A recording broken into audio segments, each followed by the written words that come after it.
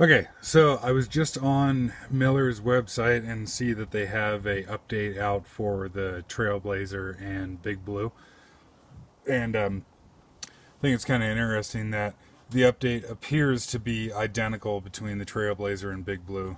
Um, I have already updated this thing once. Um, Mine shipped with software version E and is now on F. And so, suppose I'll actually explain how you get to that point. So, turn it on. You can do it. You can check the software with it running, I believe, but um, to update it, has to be engine off. But yeah, so you just flip it on to the run position. It'll tell you the current hours on it in the run position, and then when you go to the auto throttle, then it'll tell you how much is left on your particular oil change, depending on where you have this the oil change countdown set. So got it in the run position, and if we press and hold the amperage adjust, then when this light comes on, then you can scroll through to a couple different things here and talking about the oil deal for whatever reason. Oh, that's interesting. Okay, so if you go back and you watch, I think it's my second video, you can see that for some damn reason you could set the oil change interval to like up to 1,000 hours. It was really ridiculous. I don't know why they had it set that high, but I haven't checked this since I did the update, and obviously now you can only go in between the 50-hour and the 100-hour mark.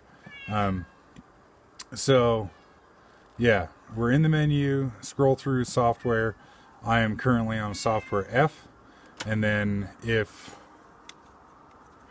so I went on their website and downloaded the software update to a thumb drive, and that's the purpose for the USB port on the front here. And so Miller's got a good instructional video on how to do this, but you download the software update onto the thumb drive and make sure that the file is unpacked. And so hopefully this will all be cool here and everything will work. So reading that, and so then we scroll over to select yes, enter, and then Das Blinken Lights, which actually looks kind of scary. And then now it's just ticking through and doing its thing. And I'll leave the camera going on this thing until it's finished, just in case somebody wants to watch the entire process, I suppose. The last update that this thing had, it took quite a while. I think it was like a 20-minute process or something. So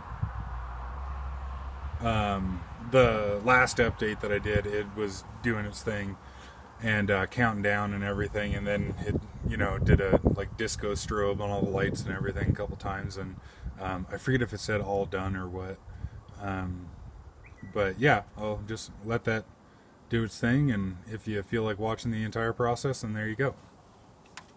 Oh, and this is update D, I think it is. We'll check once it's all done. But this came out August 2nd, according to the Miller website. So just almost exactly a month ago as of today's date.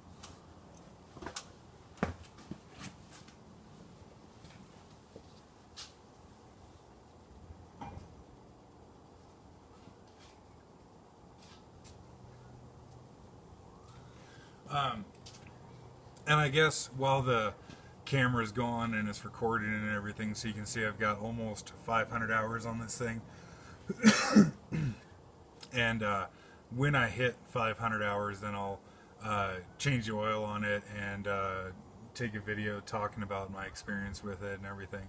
But overall, this thing has been absolutely fantastic. I really, really love it. It's kind of hard to imagine how I got through life without it. Now having it, I do really wish it had an air compressor though, but hopefully that'll be something that they come out with in the relatively near future. I have had two problems with it, if you really even want to call them that. The lift pump failed at right about 160 hours. And like I said, I'll talk about that more in specific when I get 500 hours on it. But it just warrantied out the pump, and I think I was only down for 16 hours or something like that, while I was figuring out what actually happened. And yeah, I suppose I should just talk more about that later. And then I had a problem with the battery charge. I didn't understand how the battery charge function worked. And so essentially I had battery charge cables plugged into the Anderson port, and I had a short little jumper extension that was plugged into my truck. And then I also had weld cables hooked up. I suppose it's just out of frame, but weld cables hooked up to the weld lugs, and I set the ground down on the truck with the Anderson hooked up. Even though the battery charge switch was in the off position, and it actually was like trying to weld through the Anderson connector to the truck. And that just popped a fuse on the battery charge board. But thankfully, Miller had updated the battery charge board to where it had a fuse on it, because I guess the old ones didn't have a fuse, and if you did something like that, it would smoke the board. Okay, still ticking away. Where this updated board has got a fuse on it, so you just, pop the fuse out, stick a new one in. It is shitty that the fuse is on the board. So,